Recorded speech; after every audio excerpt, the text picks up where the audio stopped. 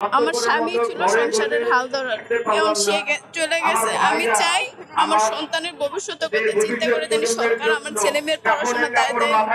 আমার একটাই কথা, আমার ভাইকে যেভাবে নির্মমভাবে রাজপথে হত্যা করা হয়েছে, সেই রাজপথে সেই স্বৈরাচার সরকারের বিচার হোক। আর যে পুলিশ এইভাবে মানুষের উপর বুলেট চালানো হয়েছে, রাজপথে অনেক সিসি ক্যামেরা, সেই পুলিশদেরও বিচারের আওতায় আনা হোক। আমি হচ্ছি শহীদ জুয়েলের ছোট বোন। এই হচ্ছে আমার ভাইয়ের ওয়াইফ, তার 2 সন্তান, একটা 10 মাসের ছেলে এবং একটা 3 বছরের মেয়ে। আমার বাবা একজন হার্ট অ্যাটাকের রোগী, তার সেপ্টেম্বরের 15 তারিখ রিং পড়ানো হয়। 4ই আগস্ট আমার ভাইকে স্বৈরাচার সরকারের পালিত পোশাক পুলিশেরা আমার ভাইকে গুলি করে রাজপথে হত্যা করা হয়। আমার ভাইয়ের রাষ্ট্রীয়ভাবে কোনো মর্যাদা এখনো আমরা পাইনি, শহীদের মর্যাদা, কারণ আমার ভাই একজন কর্মজীবী ছিল। কোনো কর্মজীবীর শহীদদের স্থান এখনো আমি জানি না করা হয়েছে কিনা, কিন্তু আমার ভাইয়ের কোনো তালিকা আমি এখনো পাইনি। আমার ভাইয়ের ডেথ সার্টিফিকেটটা পর্যন্ত আমরা ঢাকা মেডিকেল থেকে পাইনি। আমাদের পরিবার তাকে একমাত্র উপার্জনকারী ছিল, কারণ আমি লয়ের স্টুডেন্ট, আমার ভাই অনার্স 3rd ইয়ারের ইকোনমিক্স সাবজেক্টে আছে। আমার বাবা হার্ট অ্যাটাকের রোগী, সেই একমাত্র উপার্জনকারী ছিল। সে হাতিম গ্রুপের টেকনিশিয়ান ছিল এবং পাশাপাশি পার্ট টাইম জব করতো, ভীষণের কোম্পানিতে পার্ট টাইম জব করতো। সে আমার ভাইকে নির্মমভাবে হত্যা করে, তার বুলেট বুক ছিঁড়ে পাশ থেকে বের হয়ে গেছিল। সে রাস্তায় মারা যায়, রক্ত ঝরতে ঝরতে। তাকে হসপিটালে চিকিৎসার ট্রিটমেন্টের সুযোগ আমাদের হয়নি।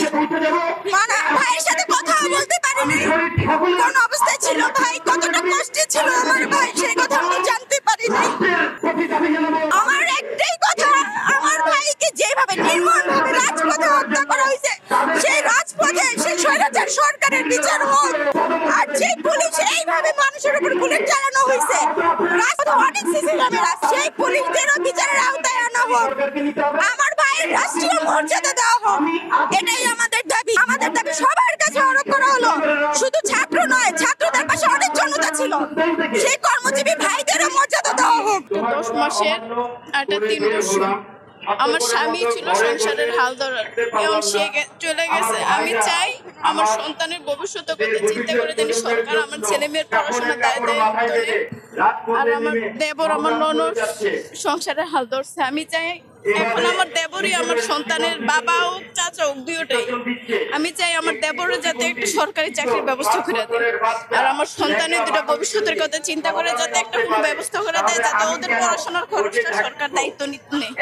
এটাই আমার দাবি।